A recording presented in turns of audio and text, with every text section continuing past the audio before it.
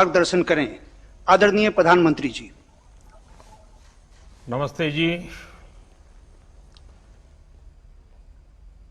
देश में चल रहा स्ट्रक्चरल रिफॉर्म्स का सिलसिला आज एक नए पड़ाव पर पहुंचा है। Transparent taxation, honouring the honest, 21वीं सदी के टैक्स सिस्टम की इस नई व्यवस्था का आज लोकार्पण किया गया है। इस प्लेटफॉर्म में फेसलेस असेसमेंट, फेसलेस अपील और टैक्स पेयर चार्टर जैसे बड़े रिफॉर्म्स हैं। फेसलेस असेसमेंट और टैक्स पेयर चार्टर आज से ही लागू हो गए हैं, जबकि फेसलेस अपील की सुविधा 25 सितंबर यानी दीनदयाल उपाध्याय जी के जन्मदिन से पूरे देश भर में नागरिकों के लिए उपलब्ध हो जाएगी। अब टैक्स सिस्टम भले ही फेसलेस हो रहा है, लेकिन टैक्स पेयर को ये फेयरनेस और फियरलेसनेस का विश्वास देने वाला है। ये सभी टैक्स पेयर्स को इस महत्वपूर्ण तोहफे के लिए मैं बहुत बहुत बधाई देता हूं और इनकम टैक्स विभाग के सभी अधिकारियों को, हर छोटे मोटे कर्मचारी को भी बहुत बहुत शुभकामनाएं देता हूं। साथियों, बीते 6 वर्ष में हमारा फोकस रहा है banking the unbank, securing the unsecured और फंडिंग द अनफंडेड। आज एक तरह से एक नई यात्रा शुरू हो रही है। ऑनरिंग द ऑनेस्ट, ईमानदार का सम्मान। देश का ईमानदार टैक्स पेयर राष्ट्र निर्माण में बहुत बड़ी भूमिका निभाता है। जब देश के ईमानदार टैक्स पेयर का जीवन आसान बनता है, वो आगे बढ़ता है, तो देश का भी विकास होता है, देश भी आगे बढ़ता है। साथियों, आज से शुरू हो रही नई व्यवस्थाएं, नई सुविधाएं, मिनिमम गवर्नमेंट, मैक्सिमम गवर्नेंस, इसके प्रति हमारी प्रतिबद्धता को और मजबूत करती है।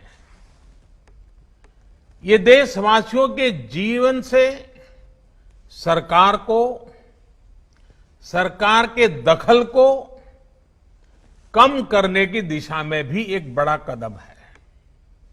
साथियों, आज हर नियम कानून को, हर पॉलिसी को प्रोसेस और पावर सेंट्रिक अप्रोच से बाहर निकालकर उसको पीपल सेंट्रिक और पब्लिक फ्रेंडली बनाने पर बल दिया जा रहा है। ये नए भारत के नए गवर्नेंस मॉडल का प्रयोग है और इसके सुखद परिणाम भी देश को मिल रहे हैं। आज हर किसी को ये एहसास हुआ है कि शॉर्टकट्स ठीक नहीं है। और हमारे यहां तो रेलवे स्टेशन पे लिखा जाता है, shortcut will you cut you short. गलत तौर तरीके अपनाना सही नहीं है। वो दौर अब पीछे चला गया है। अब देश में माहौल इस ओर आगे बढ़ रहा है कि कर्तव्य भाव को सर्वोपरि रखते हुए सारे काम होने चाहिए। सवाल यह है कि ये बदलाव आखिर कैसे आ रहा है? क्या ये सिर्फ सख्ती से आया है? क्या ये सिर्फ सजा देने से आया है? जी नहीं, बिल्कुल नहीं। इसके अगर मोटे मोटे तौर पर मैं कहूं तो 4 बड़े कारण हैं।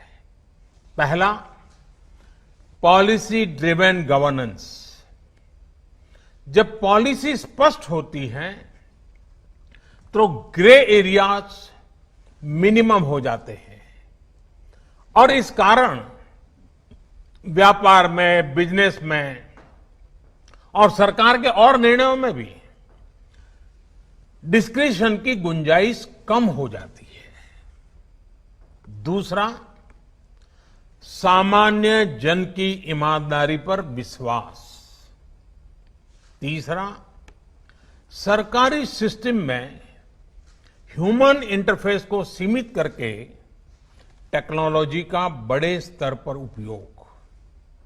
आज सरकारी खरीद हो, सरकारी टेंडर हो या सरकारी सेवाओं की डिलीवरी, सब जगह टैग इंटरफेस सर्विस दे रहे हैं।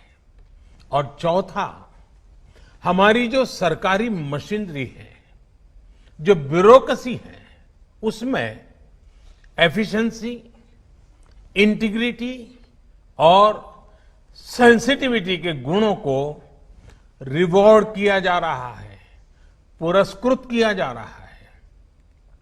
साथियों, एक दौर था जब हमारे यहां रिफॉर्म्स की बहुत बातें होती थी। कभी मजबूरी में कुछ फैसले लिए जाते थे, कभी दबाव में कुछ फैसले हो जाते थे, तो उन्हें रिफॉर्म कह दिया जाता था। इस कारण इच्छित परिणाम नहीं मिलते थे। अब ये सोच और अप्रोच दोनों बदल गई है। हमारे लिए रिफॉर्म का मतलब है रिफॉर्म नीति आधारित हो, टुकड़ों में नहीं हो, होलिस्टिक हो और एक रिफॉर्म दूसरे रिफॉर्म का आधार बने, नए रिफॉर्म का मार्ग बनाए। और ऐसा भी नहीं है कि एक बार रिफॉर्म करके रुक गए। ये निरंतर सतत चलने वाली प्रक्रिया है। बीते कुछ वर्षों में देश में 1,500 से ज्यादा कानूनों को समाप्त किया गया है। ईज ऑफ डूइंग बिजनेस की रैंकिंग में भारत आज से कुछ साल पहले 134वें नंबर पर था। आज भारत की रैंकिंग 63 है। रैंकिंग में इतने बड़े बदलाव के पीछे अनेकों रिफॉर्म्स हैं, अनेकों नियमों कानूनों में बड़े परिवर्तन है। रिफॉर्म्स के प्रति भारत की इसी प्रतिबद्धता को देखकर विदेशी निवेशकों का विश्वास भी भारत पर लगातार बढ़ रहा है।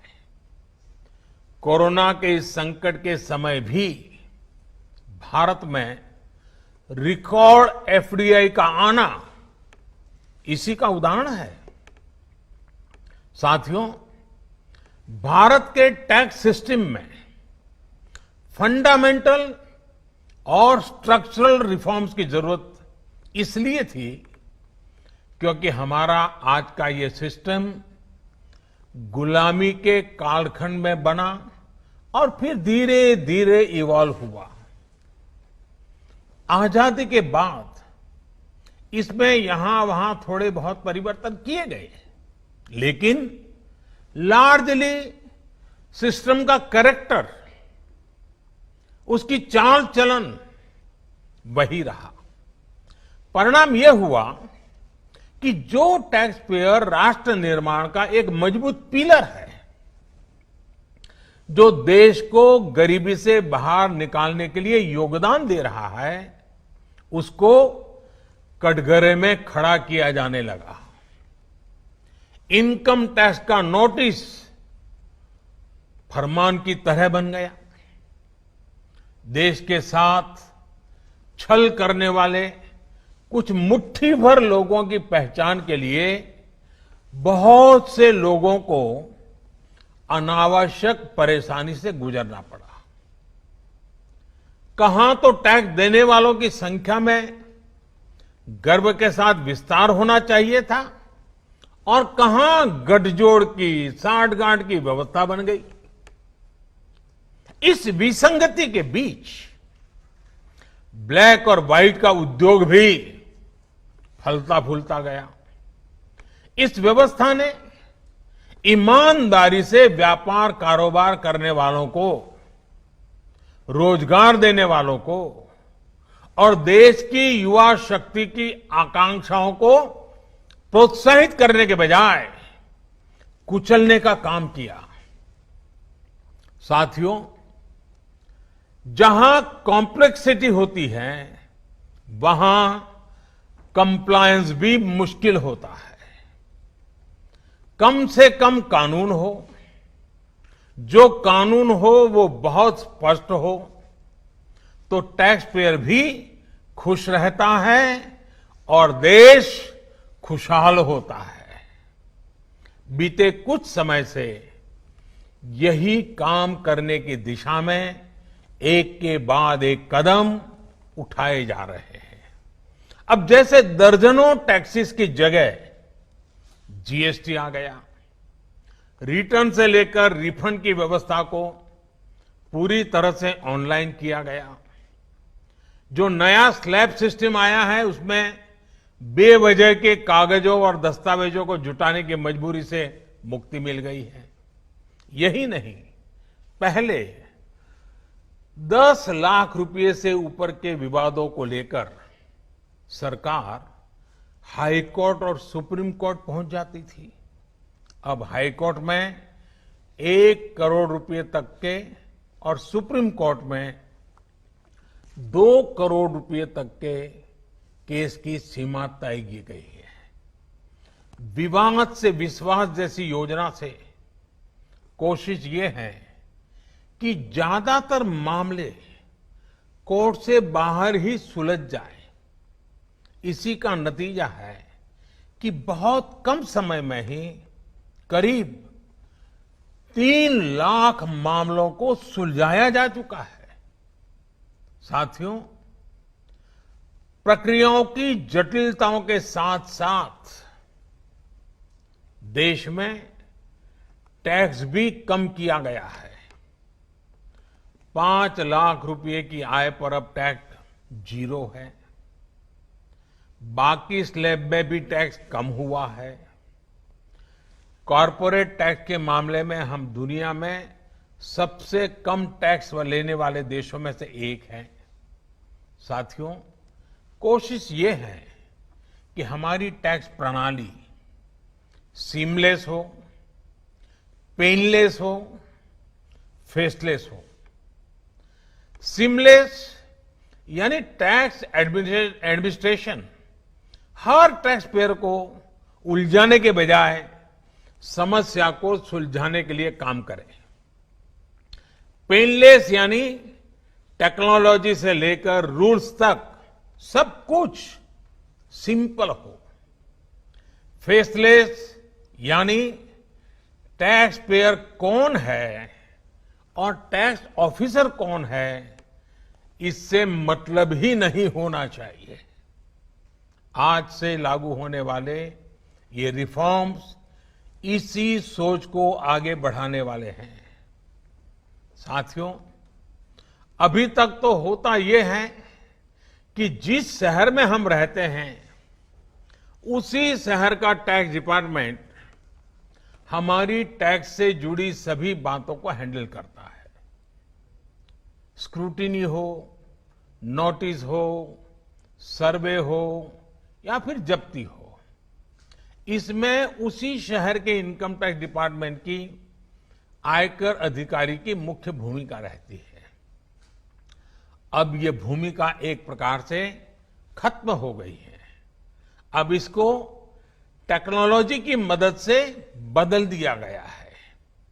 अब स्क्रूटिनी के मामलों को देश के किसी भी क्षेत्र में किसी भी अधिकारी के पास रैंडम तरीके से आवंटित किया जाएगा।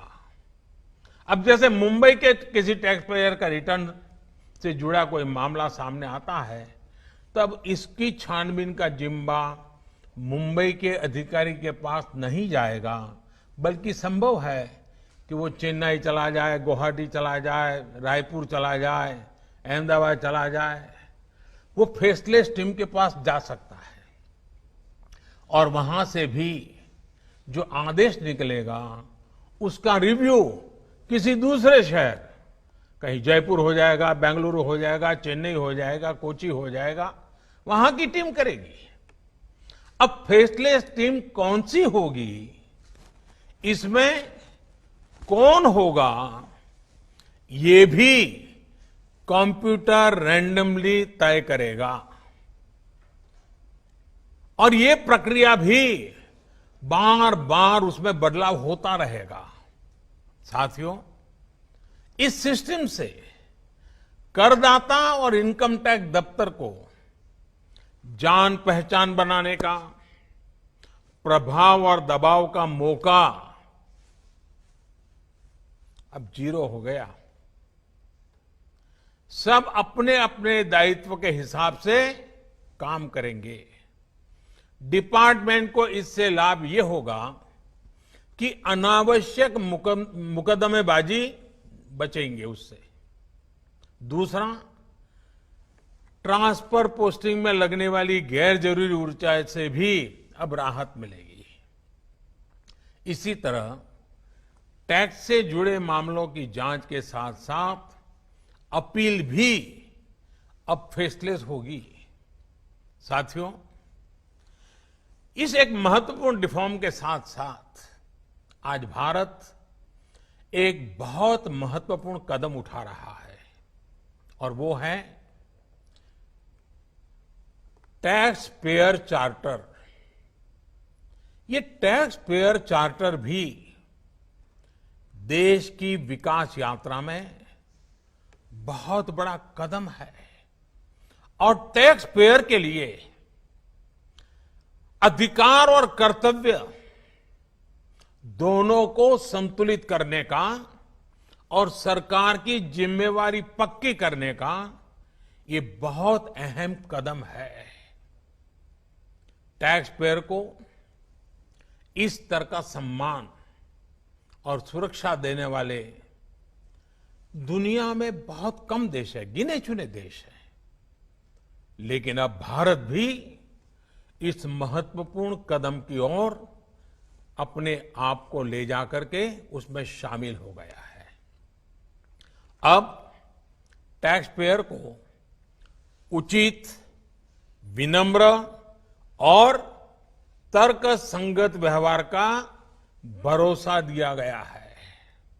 यानी आयकर विभाग को अब टैक्स पेयर की डिग्निटी का संवेदनशीलता के साथ ध्यान रखना होगा। अब टैक्स पेयर की बात पर विश्वास करना होगा। डिपार्टमेंट उसको बिना किसी आधार के ही शक की नजर से नहीं देख सकता। अगर किसी प्रकार का संदेह है भी तो टैक्स पेयर को अब अपील और समीक्षा का भी अधिकार दिया गया है। साथियों, अधिकार हमेशा दायित्वों के साथ आता है, कर्तव्यों के साथ आते हैं। इस चार्टर में भी टैक्स पेयर से कुछ अपेक्षाएं की गई हैं।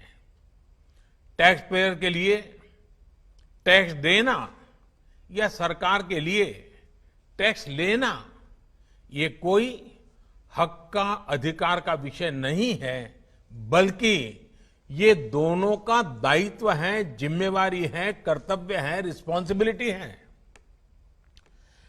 टैक्स पेयर को टैक्स इसलिए देना है क्योंकि उसी से सिस्टम चलता है। देश की एक बड़ी आबादी के प्रति देश अपना फर्ज निभा सकता है और उज्जवल भविष्य की ओर कदम भी रख सकता है। इसी टैक्स से खुद टैक्स पेयर को भी तरक्की के लिए, प्रगति के लिए बेहतर सुविधाएं और इंफ्रास्ट्रक्चर मिल पाता है। वहीं सरकार का ये दायित्व है कि टैक्स पेयर की पाई पाई का सदुपयोग करे। ऐसे में आज जब करदाताओं को सुविधा और सुरक्षा ये दोनों मिल रही हैं, तो देश भी हर टैक्स पेयर से अपने दायित्वों के प्रति ज्यादा जागरूक रहने की अपेक्षा करता है। साथियों, देशवासियों पर भरोसा, इस सोच का प्रभाव कैसे जमीनी पर नजर आता है, ये समझना भी बहुत जरूरी है। वर्ष 2012-13 में जितने टैक्स रिटर्न होते थे उसमें से 0.94% की स्क्रूटनी होती थी। वर्ष 2018-19 में ये आंकड़ा घटकर 0.26% पर आ गया है। यानी केस की स्क्रूटनी करीब करीब 1/4 हो गई है, 4 गुना कम हुई है। स्क्रूटनी का 4 गुना कम होना अपने आप में बता रहा है कि बदलाव कितना व्यापक है। साथियों, बीते 6 वर्षों में भारत ने टैक्स एडमिनिस्ट्रेशन में गवर्नेंस का एक नया मॉडल विकसित होते देखा है। We have decrease complexity, decrease taxes, decrease litigation, increase transparency, increase tax compliance, increase trust on the tax payer. साथियों, इन सारे प्रयासों के बीच बीते 6-7 साल में इनकम टैक्स रिटर्न भरने वालों की संख्या में करीब 2.5 करोड़ की वृद्धि हुई है। ये वृद्धि तो बहुत बड़ी है, लेकिन इस बात का हम इनकार नहीं कर सकते हैं कि इसके बावजूद भी 130 करोड़ के देश में ये बहुत कम है, बहुत कम है। इतने बड़े देश में सिर्फ 130 करोड़ में से 1.5 करोड़ साथी ही इनकम टैक्स जमा करते हैं। 130 करोड़ में 1.5 करोड़।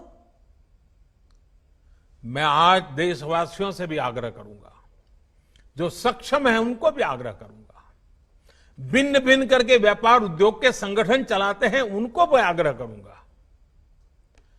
इस पर हम सबको चिंतन करने की जरूरत है, देश को आत्मचिंतन करना होगा और ये हमारा आत्मचिंतन ही आत्मनिर्भर भारत के लिए आवश्यक है, अनिवार्य है।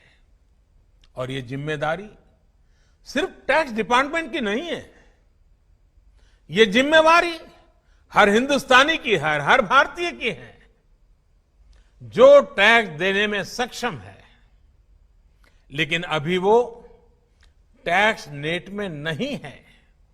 वो स्वप्रेरणा से अपने आत्मा को पूछे, आगे आए। और अभी 2 दिन के बाद 15 अगस्त है। आजादी के लिए मरने मिटने वालों को जरा याद कीजिए। आपको लगेगा हां, मुझे भी कुछ न कुछ देना चाहिए। आइए विश्वास के, अधिकारों के, दायित्वों के इस महत्वपूर्ण भावना का सम्मान करते हुए, इस प्लेटफॉर्म का सम्मान करते हुए नए भारत, आत्मनिर्भर भारत के संकल्प को सिद्ध करें। एक बार फिर देश के वर्तमान और भावी ईमानदार टैक्स पेयर को बहुत बहुत बधाई देता हूं, शुभकामनाएं देता हूं। और ये पहल, ये बहुत बड़ा फैसला लिया गया है। इनकम टैक्स के अधिकारियों को भी जितनी बधाई दे उतनी कम है। हर टैक्स पेयर ने इनकम टैक्स अधिकारियों को भी बधाई देनी चाहिए, क्योंकि एक प्रकार से उन्होंने अपने आप पर बंधन डाले हैं। अपने खुद की ताकत को, अपने अधिकारों को उन्होंने खुद ने काटा है। अगर इनकम टैक्स डिपार्टमेंट के अधिकारी इस प्रकार से आगे आते हैं तो किसको गर्व नहीं होगा? हर देशवासी को गर्व होना चाहिए। और पहले के जमाने में शायद टैक्स के कारण कुछ समस्याएं होगी, लोगों ने टैक्स देने के रास्ते पर जाना पसंद नहीं किया होगा। अब जो रास्ता बना है वो टैक्स देने की तरफ जाने का आकर्षक रास्ता बना है। और इसलिए आइए भव्य भारत के निर्माण के लिए इस व्यवस्था का लाभ भी उठाएं और इस व्यवस्था को जोड़ने के लिए आगे भी आए। मैं फिर एक बार आप सबका बहुत बहुत धन्यवाद करता हूं, अनेक अनेक शुभकामनाएं देता हूं। निर्मला जी और उनकी पूरी टीम को भी मैं बहुत धन्यवाद करता हूं कि एक के बाद एक देश के उज्जवल भविष्य के लिए लंबे अरसे तक प्रभाव पैदा करने वाले अनेक सकारात्मक निर्णयों का नेतृत्व कर रहे हैं। मैं फिर एक बार सबको बधाई देता हूं, सबका धन्यवाद करता हूं।